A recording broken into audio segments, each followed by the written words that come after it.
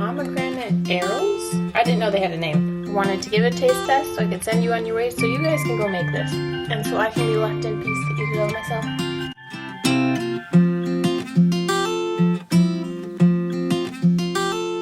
Hi everyone. Today I want to make with you a super easy but super delicious dessert. Only 3 ingredients: some frozen berries, some lemon lime pop, and a cake mix. I'm using yellow tonight, but I've seen recipes that call for a white cake mix. So to start, I have my oven preheated to 350 degrees. I have a 9x13 baking dish lined with foil. You can just spray it with ham or wipe it with oil. The cobbler that we're going to be making doesn't stick very much. The only thing that'll stick might be your cake mix on top. Grease your pan or protect it with foil or parchment paper, whatever you prefer. We are going to use about 24 ounces of frozen berries. And really, you can use whatever berries you prefer. I like the raspberry, blueberry, kind of blackberry combination. And the mix that my store just happened to have has cherries, strawberries, and pomegranate arrows. Am I saying that right? I didn't know they had a name. I just have always called them pomegranate seeds. We learn something new every day. So my bag is about 32 ounces, so I'll use about 3/4 of my bag. We'll eyeball it.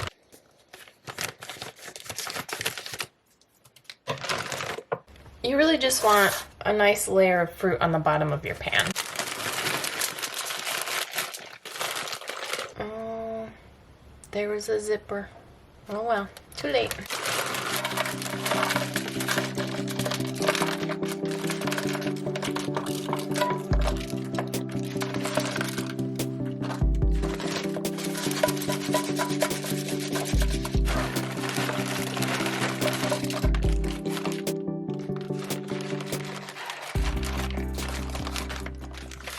Okay, that's about right, I think. It looks good either way. Okay, and the great thing is about this, you don't have to thaw out your fruits, so it's really a quick dessert to make too. Quick and not all that bad for you if you think about it. Lots of fruit and fiber. Next up, we'll take our cake mix. Again, yellow or white. I'm using yellow tonight. Recipes I've seen have recommended white. It's just a 16.5 ounce package if you're wondering. Just a normal size that you find in your grocery store. And I just gave my package a little squish to break up any lumps that might be in there because we're going to sprinkle this over the top of our berries.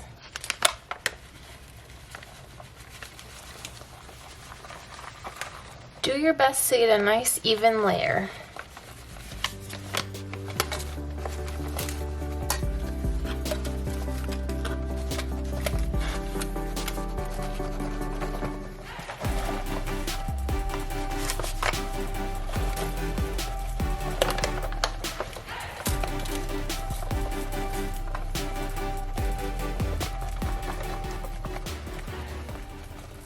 This makes up the crumble on top of your cobbler. So if you're used to a traditional cobbler, this is arguably the best part.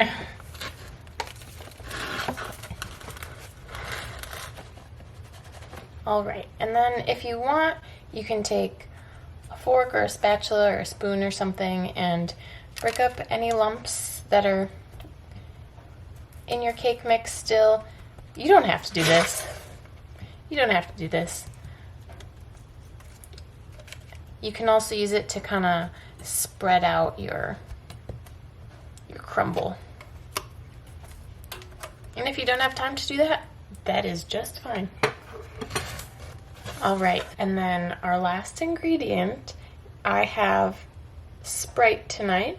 You can use regular or diet. I've always had it with a lemon lime pop, but I saw a recipe that said they used seltzer water and a flavored seltzer water that goes well with whatever fruit you're using. So I thought that was interesting. So it's up to you what you would like to use. I prefer a lemon lime pop, so that's what I'm going to use.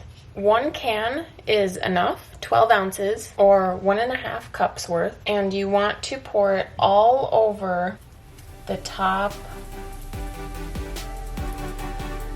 of your cobbler. and you want to try and wet all of your cake mix. And if you don't get it all wet, that's just fine.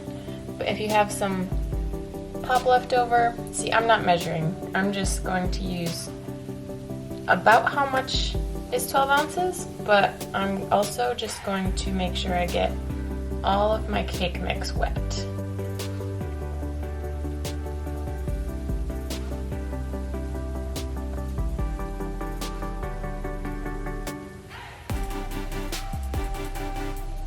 That way we won't have chalky cake mix on top, which I'm totally fine with, but some people don't like that.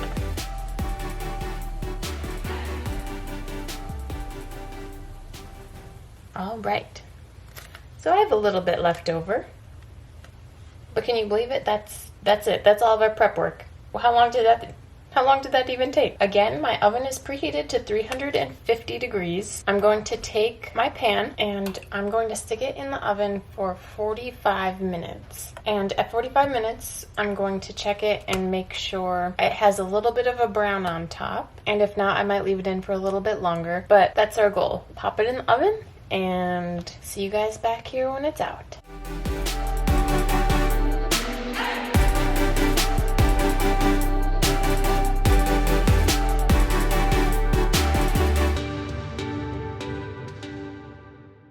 I'd say that looks pretty darn good. And I know you can't smell it, but it smells mighty fine. It's nice and golden on top. I don't want to wait to try it, but it's gonna be so hot.